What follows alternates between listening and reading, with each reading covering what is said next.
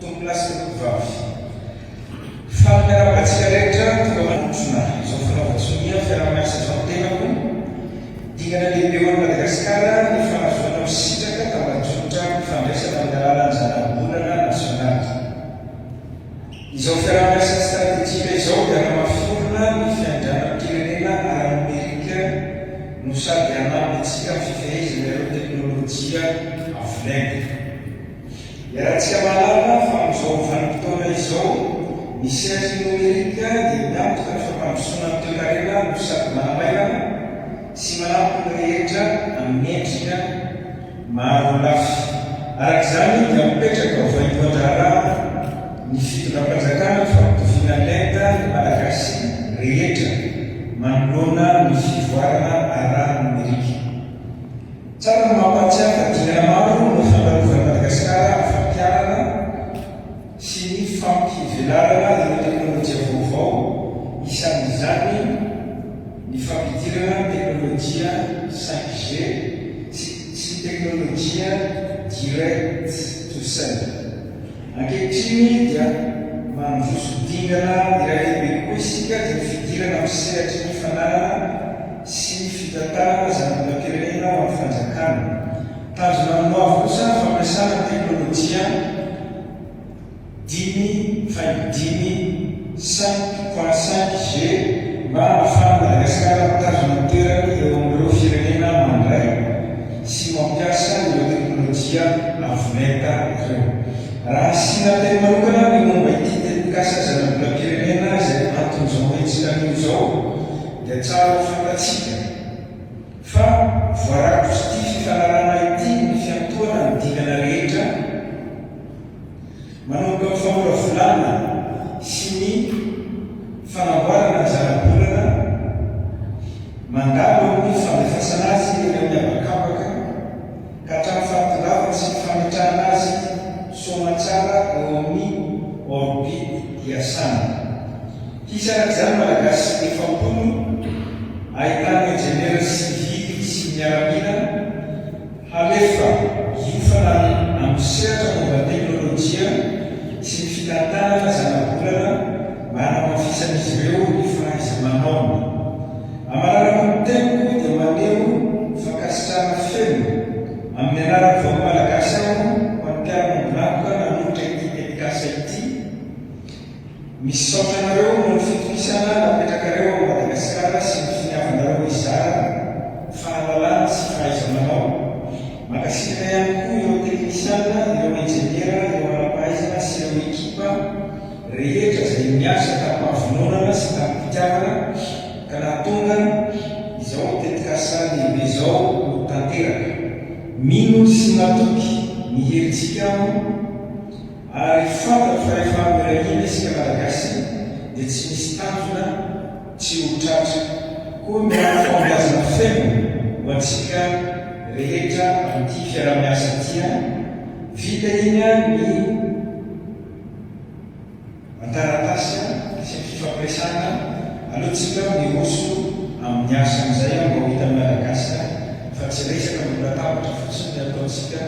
fa tena asa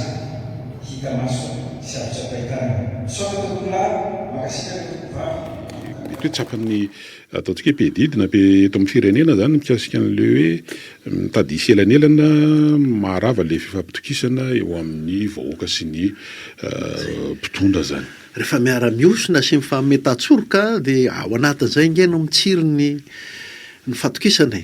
ary zay ny tena simenitra mampifandray la miaratsiny amin'le teny anina hoe zay ny tena fatorana mampifandray an'le mampifampatoky ny manam-pahefana sy ny vahoaka tsolitra. Tsika tsy mety le mamerimberina fotsiny hoe tsy mahatoky mpitondra ny vahoaka mahatonga an'io sindry sisa tsy any fa zavatra mila mifandrindra sy miaraka fanometana an'ireo zay ny anazy. Toy izy tika anatin'isy mbola mety hiverenana kely zay rehefa avy eo fa mbola anatin'ny fivoriana tsy ara-potoana mbo amin'izao fotoana zao Constant Ravelson ny anteny miram-pirenena reo zany amin'ny fivoriana tsy ara-potoana moa zany dia mety nisy vary mangatsika tsy vita tao anatin'le fivoriana ara-potoana ny farana teo iny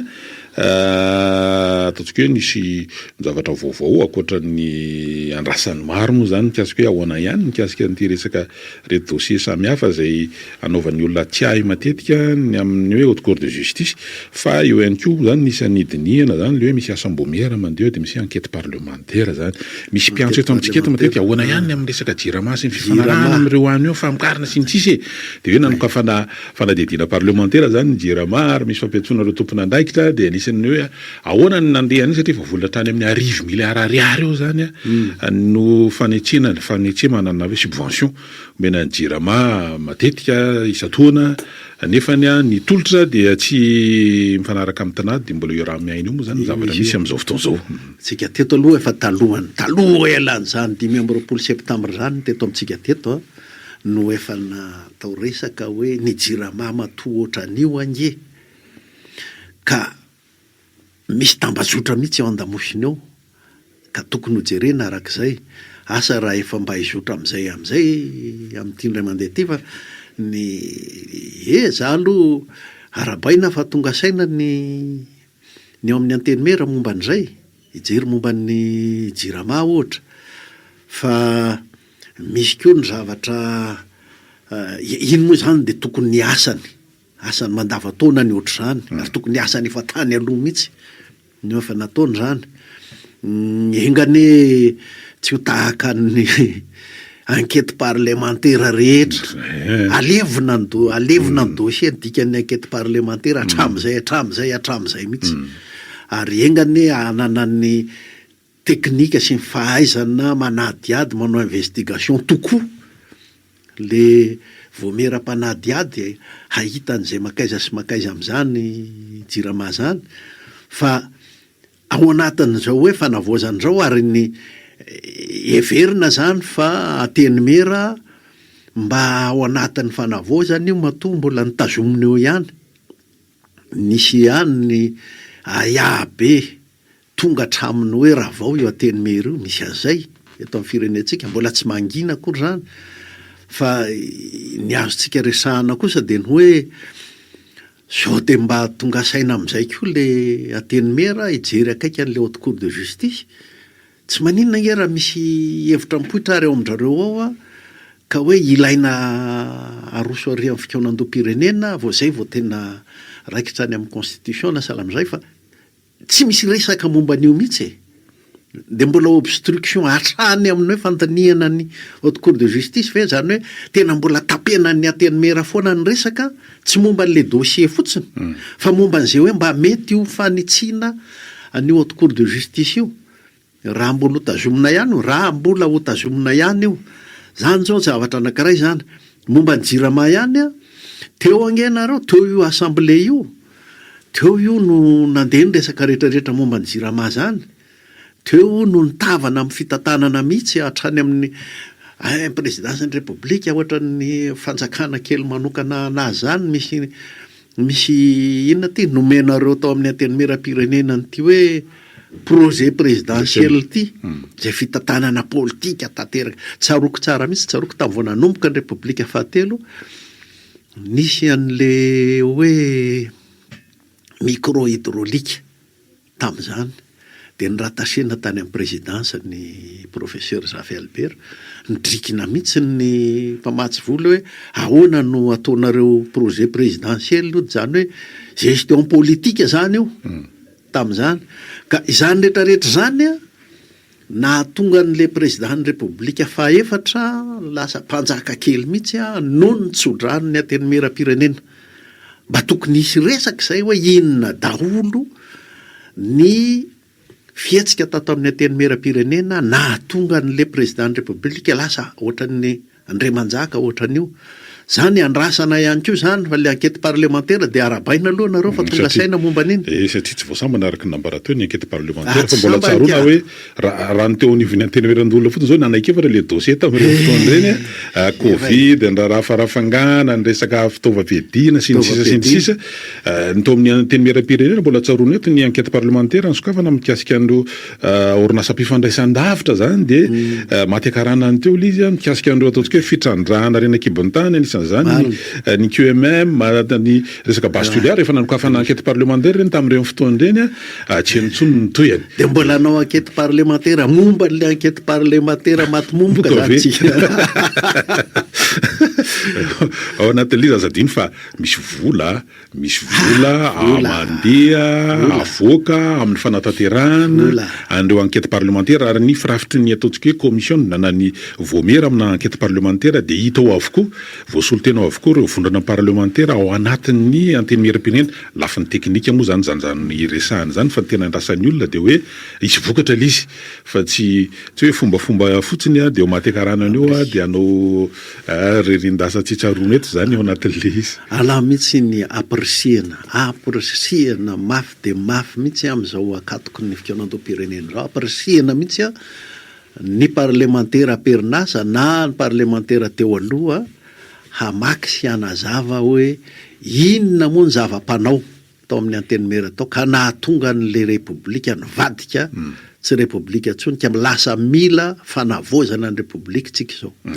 asa mety ho fanatarana zany ngamba satria ataontsika hoe tsy de mbola fandrea engany mba tsy hoe serasera ambapofo fotsiny no raha ny teo anivony anteny miram-pirenena zao tamin'ny herinandro ty Constant Ravelson eo zany zao ohatra ny teny fanentanana zay nataon'ny filohan'ny anteny miram-pirenena hoe ho ataotsika fanao manomboka izao isaky ny alatsinainy zany de manao le hoe fitafy malagasy inona le fitafy malagasy zay aloha ray hoe famezana lanja ny maizy azy zay zany lohany anankiray faharoa raha lamody vaovao ny ataoko endrika isehoany moa zany iny endrika ivelany fa ny hoe ny ao anaty zany tena zava-dehibe ao anatin'le izy am'le hoe malagasy zay ngamba ny tena tsinjovana faharoa de le hoe koa satria ny anteny miram-pirenena ny anteny miram-pirenena voatondra lampanoriana ary voasoratra eo moa zany de hoe mpanara-maso ary ny mpanatanteraka ny gouvernement sy ny ry moa zany de hoe mba mila madio zany mila ohatrany hoe raha fitina l'izy de hoe miantso ny IGE anao fitsiriana ato aminay aloha fa raha zay ve anara-maso nefa zay ary ato mety ohatra zany de ngamba mbola hitako hoe vaovao ihany moa zay mety hoe vaovao aloha izy am'le hoe nanaovana serasera engany tsy serasera malagasy hoe tonga avy aty mihitsy ny izy hoe anao fanadidina amin'ny fitantanana ato aminay ato mandavanandro anefa zany mba te analagna amin'izy hoe mety sy ny resabe mandeha ny amin'ny hoe ty ve tena vonona anao fanavozana araka ny resahana teo fa de ho hita eo moa zany tena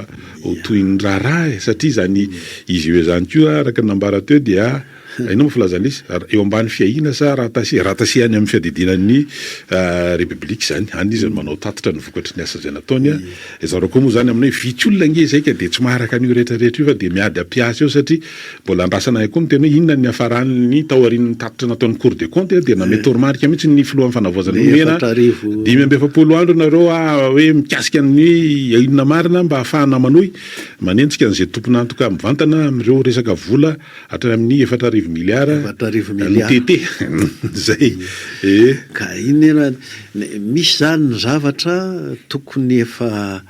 mandavataona anatina repoblika ohatra zany hoe ny IGE zany zao de fomba tonga an'izany ho tena fomba raikitra ary fanao ary tena mahomby zay zao tokony ho eritreretina ihany keo fa tsy ny hoe avy zay mba savony re mandeha de amin'ny manaraka indray ahoana lasa ohatrany hoe miankina amin'ny naimpon'le ohatra hoe naimpon'le mpitondra ao amin'ny anteny miram-pirenena de mihiny aloha fisavana indray mandeha fa ahoana ny amin'ny manaraka sy ny sisa zany hoe misy ihany miala tsiny fa